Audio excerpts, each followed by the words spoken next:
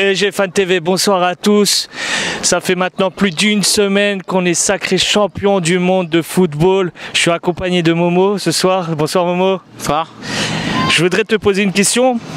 Ce jour-là, à 17 h, qu'est-ce que tu faisais de spécial? Bah rien, hein, comme en 98, j'étais avec mes cousins, les mêmes. Sauf que cette fois-ci, c'était dans notre appartement, c'était pas chez les parents. Cette fois-ci, ouais. Voilà.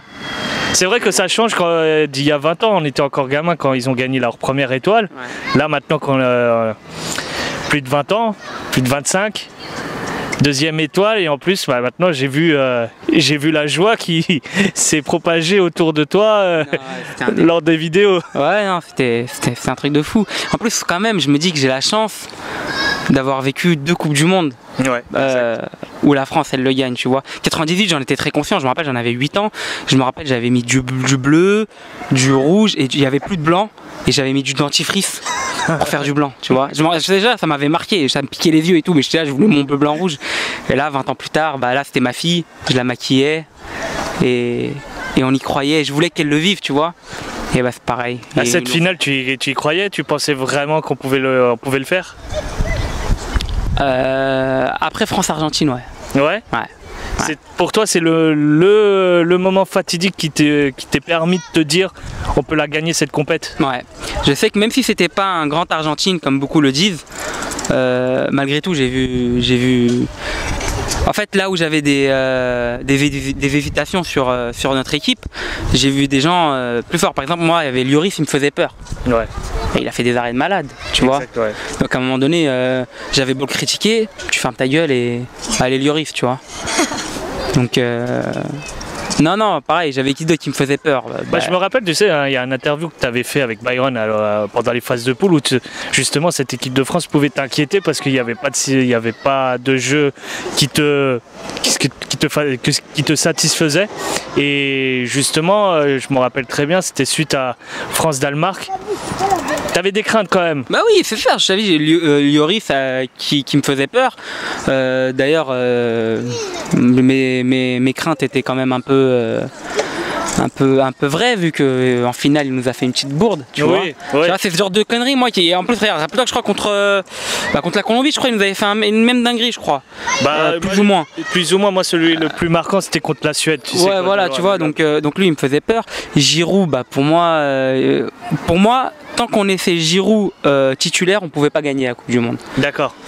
Là maintenant, même s'il a pas brillé, je suis obligé de me dire que Didier a eu raison parce que peu importe comment tu y arrives, ce qui compte c'est le résultat, c'est ce que je dis toujours.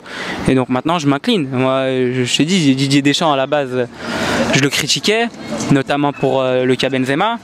Maintenant je m'en bats les couilles de Benzema, hein. Le principal c'est qu'on gagne la Coupe du Monde, tu vois. C'est parfait. C'est magique. Et un petit dernier mot concernant Deschamps, est-ce que tu trouves que justement c'est l'homme de la situation? Est-ce qu'on pourra peut-être gagner 7 € comme prévoient tous les spécialistes? J'aime pas le style, mais ça marche. Tant que ça marche, moi j'accepte. Donc bien sûr, je veux qu'il reste maintenant. Le mec il te fait gagner une Coupe du Monde. En plus, encore une fois, tu te rappelles de Didier Deschamps, regardez les reportages en 98. Il était là avec sa petite voix de pédale, il motivait les gens, tu vois. Il motivait son équipe quand il était capitaine. Et justement, quand tu arrives en finale, tu te dis, il faut Didier Deschamps, tu vois. Il faut qu'il revienne avec sa voix de pédale et qu'il les encourage. Et ils vont y arriver, tu vois, tu le sentais. Donc au final, j'étais à fond derrière lui, le gars. Donc tu le soutiens pour la suite? Ah ouais, à fond. Même si, par exemple, on va dire, il te retire un des joueurs que tu aimes bien et pour un autre, c'est selon ses choix. Les choix de Didier Deschamps, je les ai jamais acceptés. Ouais. J'ai tout le temps, tu vois. Même son style de jeu, il est pas, toujours sur, c'est pas un beau jeu, mais c'est un jeu qui gagne au jour d'aujourd'hui. Donc tu fermes ta gueule et tu suis, et tu encourages. Allez Didier Deschamps, bien sûr. À ton avis, quel joueur est sorti de cette compète dans l'équipe de France? Quel joueur est passé à un autre niveau? Moi, celui qui m'a le plus, c'est Umtiti. Umtiti, vraiment. Tu vois, ouais, vraiment. Umtiti, en demi-finale, son but, c'était vénère. Ouais. Pour moi, c'est le Thuram d'aujourd'hui, tu vois. Ça marche. Ouais. Un petit dernier mot pour conclure pour cette fin d'année, pour dire pour conclure cette année où on était champion de France avec Paris et cette fois-ci champion du monde? Comment ça s'appelle? Allez, Paris toujours. Ouais. Tu vois, maintenant je veux que... On voulait un rêve pour l'équipe de France, c'était la Coupe du Monde, on l'a eu.